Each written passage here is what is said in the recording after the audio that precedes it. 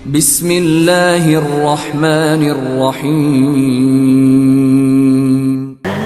Qala Rasulullah sallallahu alaihi wasallam, bersabda Rasulullah sallallahu alaihi wasallam fi marwahu Abu Sa'id Al-Khudri, pada hadis yang diriwayatkan oleh sahabat Abu Sa'id Al-Khudri radhiyallahu taala anhu, qala, beliau menyampaikan, qala Rasulullah sallallahu alaihi wasallam bersabda, lihat kalimatnya, bima makna, lihat, saya langsung ke ujung hadisnya saja karena ini cukup panjang sekali.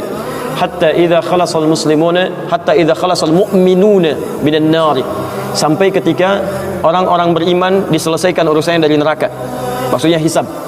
Ya, saat dihisab dan dipisahkan nih, orang beriman semua sudah masuk surga, siap masuk surga semua. Ya. Yang buruk-buruk masuk neraka, dah masuk ke neraka. Jadi kalau amalan anda misalnya 50,001%, masya Allah, maka anda masuk ke dalam surga insya Allah.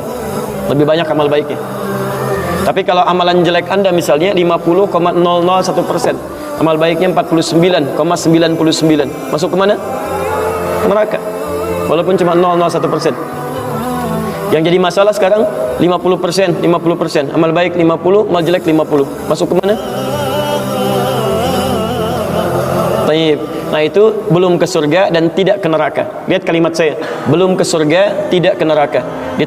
Disimpan di tempat yang tinggi, yang bisa teramati keduanya. Bisa melihat ke surga, bisa terdengar jerit neraka. Kalau lihat udah nggak tega, udah nggak kuat ke neraka. Terdengar jerit neraka. Yaitu disebut dengan A'raf namanya, tempat tinggi yang bisa melihat keduanya. Disebut A'raf. Ya, makanya ada Quran surah Al-A'raf, anda baca dari ayat 45-nya sampai dengan ayat ke-50-nya. Ada ashabul A'raf yang belum ke surga dan sangat ketakutan mendengar jerit-jerit neraka sehingga ingin mengharapkan rahmat Allah Subhanahu wa taala. Dia akan ditempatkan di situ di tengah-tengah nanti sampai selesai hisab. Begitu selesai hisab, dia memohon rahmat Allah, diberikan rahmat Allah, baru kemudian dimasukkan ke dalam surga. Kalau hisabnya misalnya berlangsung selama sehari, maka 1000 tahun dia nunggu di situ. Tayyib. Hatta idza khalasal mu'minuna minan nar, sampai ketika orang-orang beriman itu ya, mulai diselesaikan dari urusan nerakanya. Tayyib, sudah mulai masuk ke dalam surga. Ini sudah selesai, mau masuk ke dalam neraka. Dan dimasukkan, masuk semuanya. Apa yang terjadi? Ma minkum min ahadin bi ashaddi munashadatan lillahi fi istiqsa'il haqqi li ikhwanihi tayyib minal mu'minin lillahi minal mu'minin. Anda tidak akan temukan pada saat itu situasi saat orang-orang beriman akan masuk ke dalam surganya, sementara yang neraka sudah dihukum di situ, sudah banyak yang dihukum, sudah macam-macam masuk. Ini sudah mulai mau selesai, tiba-tiba ada orang-orang yang mengadu kepada Allah Subhanahu wa taala, memohon dengan sangat. Nabi katakan, Anda tidak akan pernah temukan orang yang paling banyak kuat permohonannya kepada Allah, memelas dengan tulus. Asyaddu munasyadatan. Munasyadah itu sesuatu yang dimohonkan dengan sangat. Ya Allah, mohon ya Allah, mohon ya Allah. Fawalladzi nafsi biyadi, sampai Nabi berkata, maka demi Allah yang jiwaku ada di tangannya. Ini Nabi bersumpah dengan jiwanya. Tidak pernah ada kalimat dalam hadis, ya, kalimat seperti ini kecuali menunjukkan itu sangat serius. Ingat, sangat serius. Dan ada sesuatu yang penting di dalamnya. Nabi serius menyampaikan ini. Kita jangan anggap bercanda gitu kan. Falladzi nafsi biyadi, maka demi jiwaku yang ada di tangan Allah Subhanahu wa taala, yang bisa diwafatkan kapan saja. Lihat kalimatnya. Fayaqulu, maka mereka berkata, fayaqulu, maka mereka berkata, ya Rabbuna, wahai Rabb kamu, wahai Rabb kami yang tengah merawat kami di dunia, memberikan kecukupan, memaafkan kami, mengampuni kami, dan memberikan nikmat surga sekarang. Wa ya Rabbuna, wahai Rabb kami, hum ashabuna, mereka ada di antara teman-teman kami. Dalam kalimat yang lebih kuat, kalimat yang menggunakan ikhwan, kata ikhwan, hum ikhwanuna, ya, hum ikhwanuna, mereka saudara-saudara kami ya Allah. Hum yasumuna ma'ana, ada orang-orang yang berpuasa bersama kami saat di dunia. Yusalluna ma'ana, kanu yusalluna ma'ana, mereka salat bersama kami saat di dunia. Jadi tiba-tiba ada sekelompok ikhwan yang datang kepada Allah, yang kehilangan saudaranya. Kok nggak ada di surga gitu kan? Ketika dia mau berangkat, padahal dulu punya cita-cita yang sama dan sebagainya, tapi karena bekalnya tidak cukup, sebagian ada yang masuk ke dalam neraka. Tiba-tiba mengatakan kepada Allah dengan permohonan yang sangat, ya Allah, saya kehilangan saudara saya. Ya Allah, saya kehilangan saudara saya. Ya Allah, dulu kami puasa sama-sama. Ya Allah, dulu kami sholat sama-sama. Ya Allah, dulu kami ibadah sama-sama. Ya Rabb, kami tidak temukan dia di sini. Ya Allah, mohon, terus mohon. Sampai ketika puncak pada permohonannya, tiba-tiba Allah berfirman, akhriju man araftum. Hei para malaikat, keluarkan orang yang dikenali oleh orang-orang ini, yang disebutkan tadi. Keluarkan mereka dari neraka. Tiba-tiba dikeluarkan. Bertemulah orang-orang ini dengan temannya. Sampai Allah kemudian dengan rahmatnya katakan lagi, akhriju man kana fi qalbihi mithqala dzarratin minal iman. Keluarkan sampai yang ada titik terkecil iman dalam hatinya, keluarkan dari neraka. Bahkan hadis ini ada di Al-Bukhari nanti, ya ada di Al-Bukhari nomor hadis ke-14 posisi paling kiri sebelah bawah, ya, tayyib.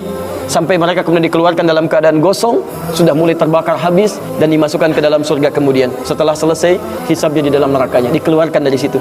Jadi ada orang-orang yang dengan syafaat temannya bisa keluar dari neraka, masuk ke dalam surga. Ada yang sama sekali tidak membantu itu, ya, dosa-dosa yang begitu besar tidak bisa keluar dan kekal dia di dalam neraka. Walaupun dia merasa beriman kepada Allah, tapi digugurkan keimanannya dengan ibadah-ibadah yang melanggar ketentuan Allah, seperti syirik dan sebagainya. Tapi poinnya adalah tiba-tiba ada segolongan teman yang memohon kepada Allah Subhanahu wa taala, ya Allah, kami puasa sama-sama, kami ibadah sama-sama, kami sholat sama-sama, ya Allah, cuman saya nggak temukan dia di sini. Itu indah. Nah, permohonan sesuatu untuk melengkapkan pada yang kurang disebut dengan syafa' namanya. Pelengkap yang kurang disebut dengan syafa'. Makanya di tarawih itu ada salat syafa'. Antum salat 11 rakaat, 2 rakaat penyempurnanya yang ke-10 disebut dengan syafa', 1 rakaat akhirnya disebut dengan witir. Ya, ada teman yang merasakan ada yang kurang nih, ya Allah, begitu saya masuk, teman saya nggak ikut, saya ingin dilengkapi dengan itu, ya Allah. Tayyib, permohonan untuk menggenapkan sesuatu yang kurang dengan sifat yang sangat memohon luar biasa, maka kalimatnya dirubah dari syafa' menjadi ditambah tak di ujungnya dengan alif di tengahnya, jadi syafa'ah. Tayyib, saya mau akhiri ya, karena ini sebenarnya tidak banyak bahasannya. Siapa orang-orang ini? Itu yang disebut dengan ikhwan.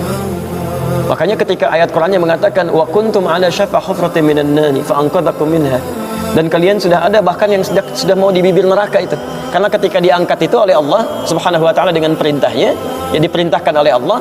Tayyib, dalam bahasa hadisnya ada yang diangkat baru neraka itu masuk ke kakinya sampai ke betisnya, ada yang sudah masuk sampai ke punggungnya, ada yang sudah ke lehernya, dan ada yang sudah tenggelam di dalamnya. Tayyib, jadi ada yang baru di bibir neraka diangkat, ada yang baru sudah mau masuk ke neraka diangkat, ada yang sudah tenggelam diangkat, jadi macam-macam. Ya, fa asbahtum bi ni'mati ikhwana. Siapa yang bisa mengangkat itu semua? Di antaranya Allah berikan nikmat kepada Anda dengan dapatnya ikhwan-ikhwan dalam kehidupan. Cuma itu yang bisa menolong Anda di hari akhirat, teman-teman terbaik selain syafaat-syafaat yang lainnya. Ada orang mendekat kepada Al-Quran, ada orang sering bersalawat kepada Nabi, ada orang mendekat pada hukum-hukum Allah, ada orang-orang yang belum bisa maksimal menunaikan itu semua, dia cari teman-teman yang soleh yang menunjukkan pada kebaikan-kebaikan. Bukankah sering Anda dapati seperti itu? Mungkin Anda bersahabat dengan teman yang tingkat ibadahnya jauh di atas Anda. Anda masih sibuk dengan urusan dunia, tapi masih menunaikan sholat, masih puasa, tapi karena kesibukan dunia Anda, Masya Allah, kurang bekal ibadah Anda. Tapi beruntungnya Anda dengan punya teman yang soleh, berjamaah dengan imam yang soleh, puasa dengan dia, buka sama-sama, kadang sering ikut-ikut misalnya dalam ta'limnya, dalam macam-macamnya, Masya Allah. Maka tiba-tiba ketika Anda dikenal oleh dia, diingat oleh dia, di akhirat nanti tidak ditemukan Anda, ya Allah, dia kawan saya, ya Allah, dia teman saya, ya Allah, dia saudara saya, ya Allah, kami pernah ta'lim sama-sama, ya Allah, kami pernah puasa sama-sama, ya Allah, kami pernah sholat berjamaah sama-sama, ya Allah, mohon jangan pisahkan, ya Allah, jangan pisahkan. Pertanyaan, sudahkah Anda punya teman seperti itu yang bisa menolong dalam kebaikan? Kalau belum temukan, cepat cari mumpung masih hidup. Sebab kalau sudah kehidupan itu berakhir, tidak mudah untuk menemukannya. Maka pastikan di kantor Anda, teman Anda bisa membawa Anda ke surga. Pastikan di rumah Anda, pasangan hidup Anda adalah teman yang bisa membawa Anda ke surga. Pastikan di tempat kehidupan Anda, siapapun tetangga Anda, kerabat Anda, teman-teman sekolah anak Anda adalah teman yang bisa mengingatkan dan membantu Anda untuk mencari Anda bisa masuk ke dalam surga. Dan saya mohon pada Anda semuanya, tolong ingat ini ya, baik-baik. Kalau nanti di akhirat Anda tidak temukan saya di surga, tolong ingatkan kepada Allah, saya pernah ada di sini, saya pernah ada di sini. Tolong ingatkan. Kalau antum di akhirat nanti tidak temukan saya di surga, tolong ingatkan, ya Allah. Mohon ya Allah. Tadi Hidayat pernah mengajar saya dan mengingatkan saya di sini. Ya. Subhanakallahumma wa bihamdika asyhadu an la ilaha illa anta astaghfiruka wa atubu ilaik. Wa akhiru da'wana alhamdulillahi rabbil alamin. Assalamualaikum warahmatullahi wabarakatuh.